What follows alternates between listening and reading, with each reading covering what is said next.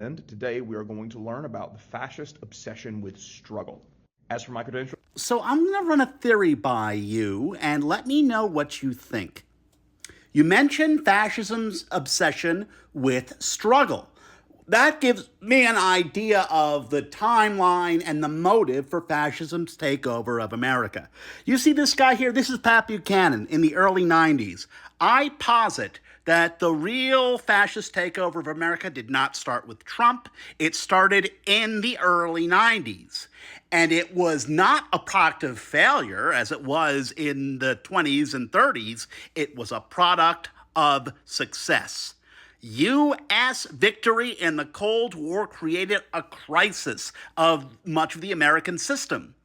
Mainly, so much of the system was built to fight the Cold War, and now there were no real strong enemies. Why have the system?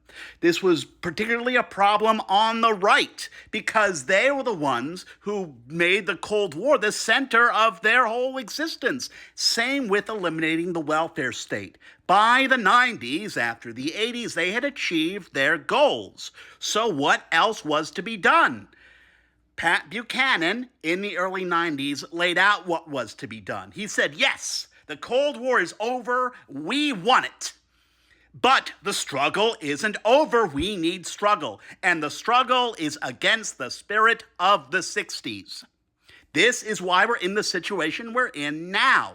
This is why they're railing against not just the 60s, but the entire 20th century. What other big project could there be? What is there to purify the nation from?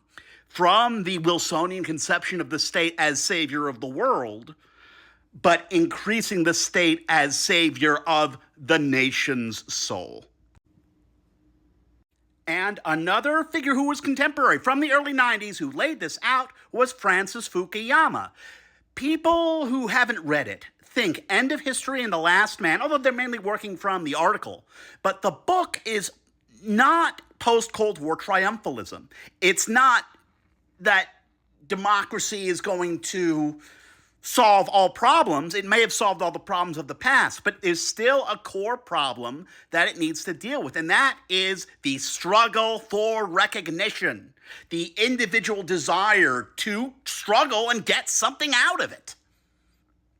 And Fukuyama said that there were two versions of this. There was the left-wing version, more and more struggle for smaller and smaller groups, and especially the right-wing vision, struggle for the sake of struggling.